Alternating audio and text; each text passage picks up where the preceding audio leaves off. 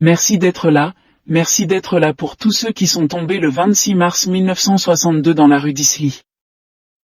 Que reste-t-il aujourd'hui sur cette tuerie? Ce 26 mars, comme tous les jours, vers 13h en rentrant de mon travail, je branche la radio, c'est RTL. Étonné, il y a de la musique, une speakerine annonce, je vous passe Alger, des événements graves.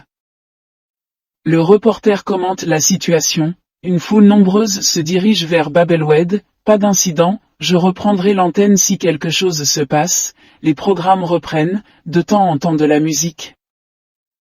Il est un peu plus de 14h, le reporter reprend l'antenne, rien de nouveau, la foule est canalisée vers la Grande Poste et la rue d'Isly, au loin j'entends le chant des Africains.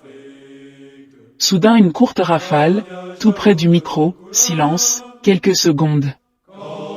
Et des tirs fournis éclatent. Halte au feu, mon lieutenant, halte au feu, crie un manifestant, halte au feu, repris par le lieutenant Houchen mais les tirs continuent et cela pendant 12 minutes. C'est long 12 minutes avec les cris des gens blessés, des gens qui viennent secourir, des militaires qui s'interpellent. Je n'ai jamais pu en parler, ça m'est toujours difficile.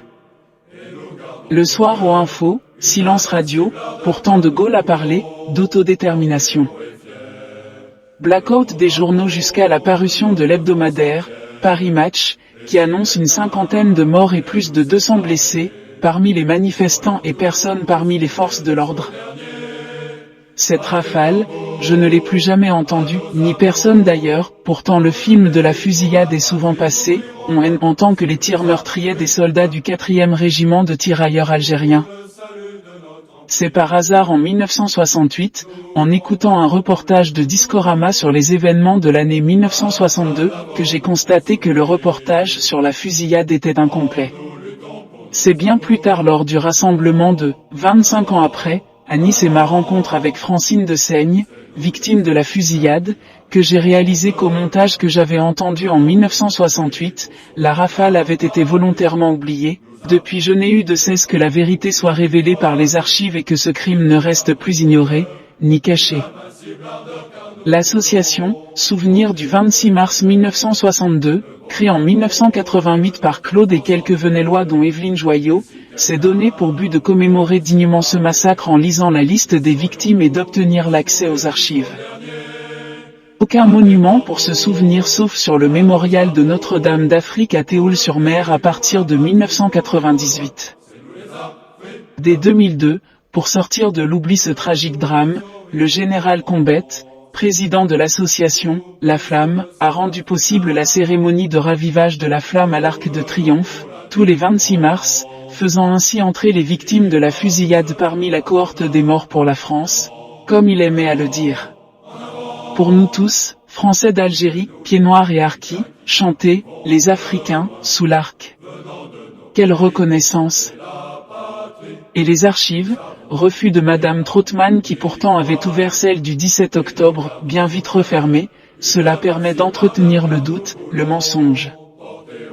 Certains, historiens, parlent de cette rafale, pour accuser sans preuve un tireur au AS sur un toit de la rue d'Isly tirant sur le barrage, pas de victimes parmi les militaires. Les médecins de l'hôpital Maillot ont constaté sur les victimes des blessures horizontales, quelquefois dans le dos. Pas d'enquête possible puisque les victimes ont été inhumées par l'armée, sans les familles.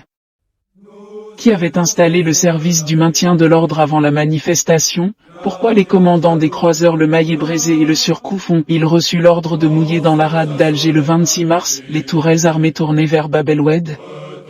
Mais les commandants ont tourné les canons vers la mer, l'ordre n'étant pas écrit, ils ont même donné, quartier libre, aux marins. Le 26 mars un malheureux concours de circonstances. 60 ans après le président de la République reconnaît, la fusillade de la rue d'Isly, un massacre impardonnable pour la République, et la possibilité d'accéder aux archives, de les consulter, mais par qui? Ceux de la Commission pour la réconciliation des mémoires.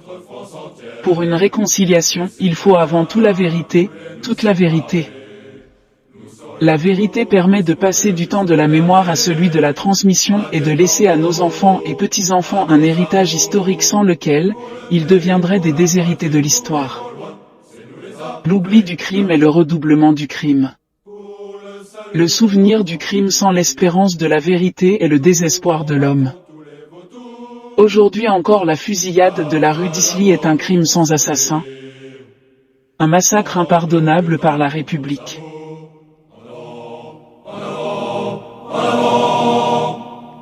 C'est nous les Africains qui arrivons de loin, venant de nos pays pour sauver la patrie. Nous avons tout quitté par engoubi foyer, et nous gardons au cœur